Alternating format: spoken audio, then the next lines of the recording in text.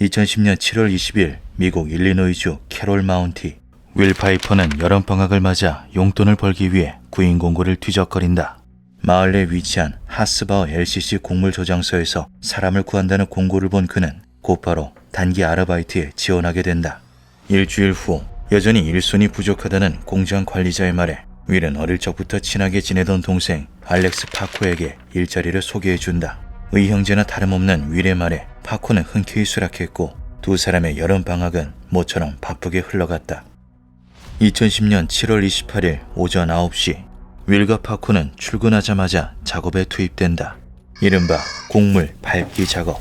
저장소 안에 있는 곡물이 정상적으로 배출되지 않을 때 직접 내부로 들어가 뭉쳐져 있는 덩어리를 부숴 원활하게 내려가게끔 하는 일이었다. 이날 작업에는 몇 주 전부터 공장에서 근무하고 있었던 14살 소년 와이언 화이트 브레드도 함께했다. 그 자리에서 새롭게 의형제를 맺은 세 사람은 삽과 곡괭이를 챙겨 사다리에 올라 탱크 안으로 몸을 던진다. 그곳에서 어떤 비극이 벌어질지는 꿈에도 생각하지 못한 채 탱크의 규모는 대략 건물 4층 높이 정도 되는 15m. 그 안에는 3,000톤이 넘는 옥수수 알갱이가 들어있다. 여기를 보고 저기를 봐도 온통 옥수수뿐인 세상.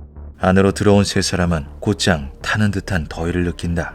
내리쬐는 햇볕에 달궈진 탱크 안의 온도는 무려 44도.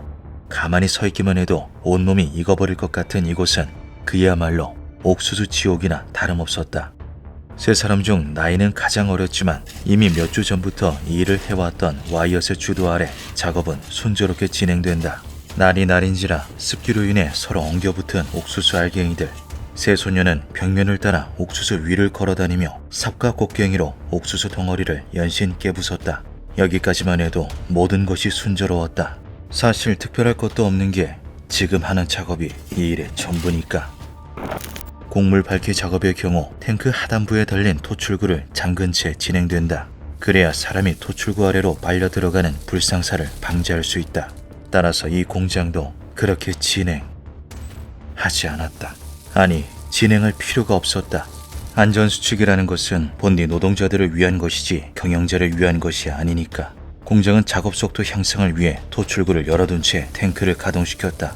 즉, 기계 아래로 곡물이 쏟아져 내려오는 동안 사람은 그 안에서 흐름을 보조하는 도구일 뿐이었다. 그리고 그 도구가 고장나면 언제나처럼 새 것을 사면 된다. 그것이 이 세 소년이 곡물 밟기 작업에 투입된 이유다. 특별한 경력이 없어도, 특별한 자격이 없어도, 특별한 재능이 없어도 할 수 있는 일. 그 일에 도구의 나이는 중요치 않았다. 그나마 혹시 모를 인명사고를 방지하기 위해 회사는 아이들에게 넓은 아량을 베풀었다. 바로 토출구가 있는 가운데 부분만 피해 다니라고 주의만 준 것이었다. 원칙대로라면 안전교육은 물론 하네스를 착용한 채 작업이 이루어져야 하지만 한낱 도구한테는 이 또한 사치일 뿐이었다. 세 소년에게 주어진 안전장비는 고작해야 마스크 한 장.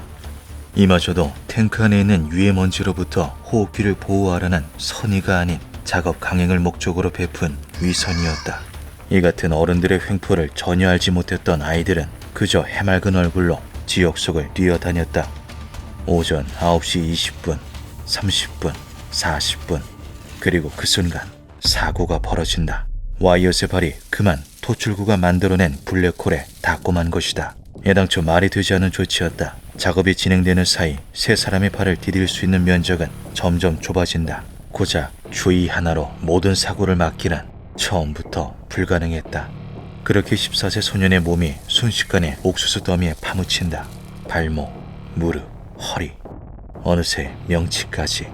목소리는커녕 비명조차 나오지 않는다. 온몸이 으스러질 것만 같은 강한 압력이 갈비뼈와 폐를 꽉 움켜쥔 채 저 밑으로 끌어당긴다.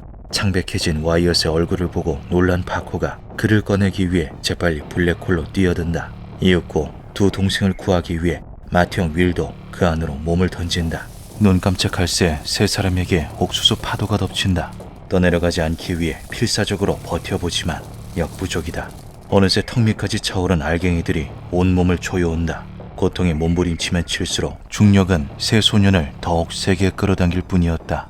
이 지옥 속에서 안전한 곳은 어디에도 없다.